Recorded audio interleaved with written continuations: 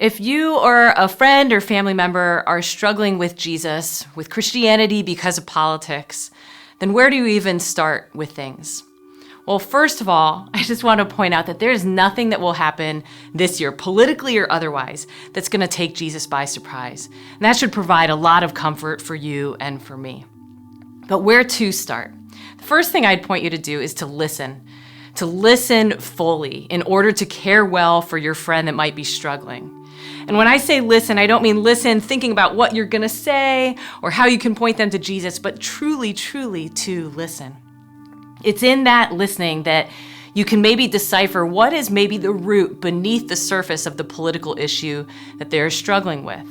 So on the surface, it might seem like it is a political issue, but really it is out of fear for personal safety or economic stability or comfort. Or maybe it seems like it's because morality is being thrown out the window in this culture, and that's a real thing, and that could be the root itself. Or maybe it is because there's hypocrisy that they see in a political candidate, and they don't know how to reconcile that. By identifying what the root is to that, you can then learn how to care for your friend better. And it might even lead you to watching a different video in this series altogether. I have a friend that for a few years has really been struggling with God, and on the surface it definitely seemed like it was connected to politics.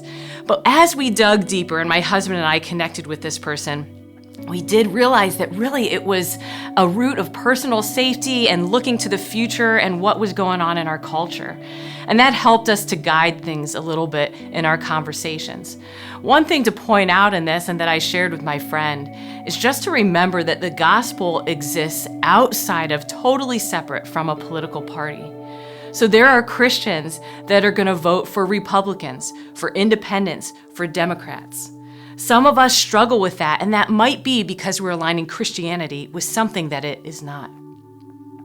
So another way to kind of steer and guide these conversations around political issues is to look to Jesus himself. In 3 out of the 4 Gospels, Jesus is asked about paying taxes to Rome.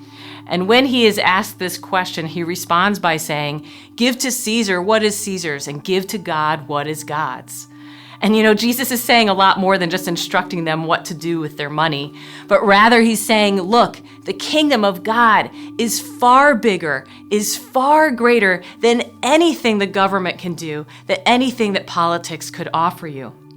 He is not threatened by what Caesar could do. And for us as Christians, that should give us a lot of hope. There is nothing that Biden, that Trump, that our local government, that a political issue could bring to the table that could threaten the hope that we have because God rules and reigns over it. This would be a great opportunity that I would remind my friend as well, that no matter how big a fear or concern might seem, it is insignificant compared to God's power over it. And let me say that again, because we are all going to struggle and be fearful at times. But no matter how big our fear or concern might seem around political things, it is insignificant compared to God's power over it. The last part of that verse that Jesus shares, where he said, "Give to Caesar what is Caesar's," he says, "Give to God what is God's." And I love that because that is the best part of all of this. Your friend and your life and my life were made by God and for God. And that is because that our lives surrendered to God is going to be the only place that we experience true freedom, true hope, and life in this world. Taxes and laws and political issues, they're going to come and go, but our lives surrendered to God is where freedom will exist.